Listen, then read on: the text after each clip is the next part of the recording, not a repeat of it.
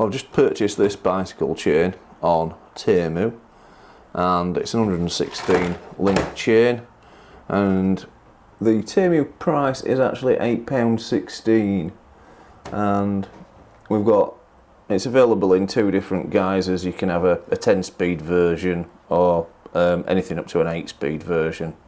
So what I want to do is put this chain through its paces and compare it against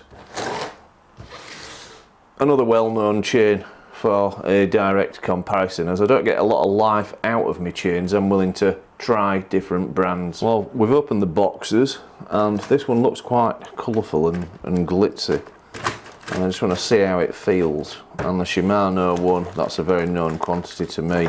We'll get to that in a moment. One thing to consider is weight. So we'll weigh the VXM chain with quick link, and that's weighing in at 309 grams, and the Shimano is a bit heavier at 327. So let's open them out and measure the lengths of them. So we've put the chains side by side for a direct comparison of the length.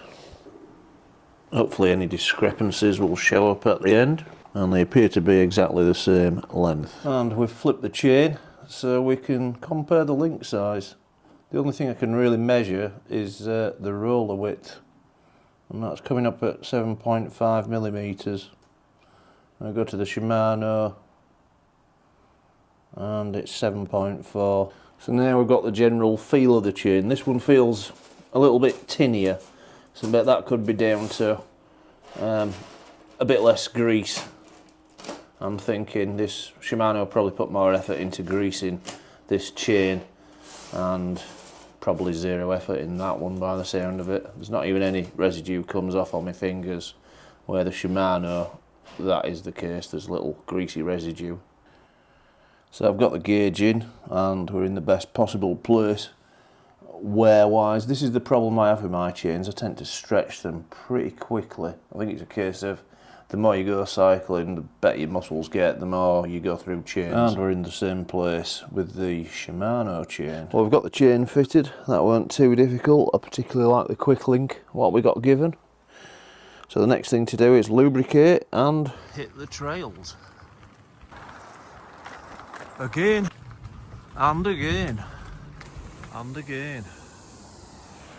So I've done a total of 4 30-mile rides and 3 38-mile rides. So that's 234 miles. I haven't particularly gone mad cleaning it, as you can see, but I've wiped this bit down. So we'll take a little measurement just to work out the stretch. And the 0.75's gone in without hesitation. And we'll invert the gauge.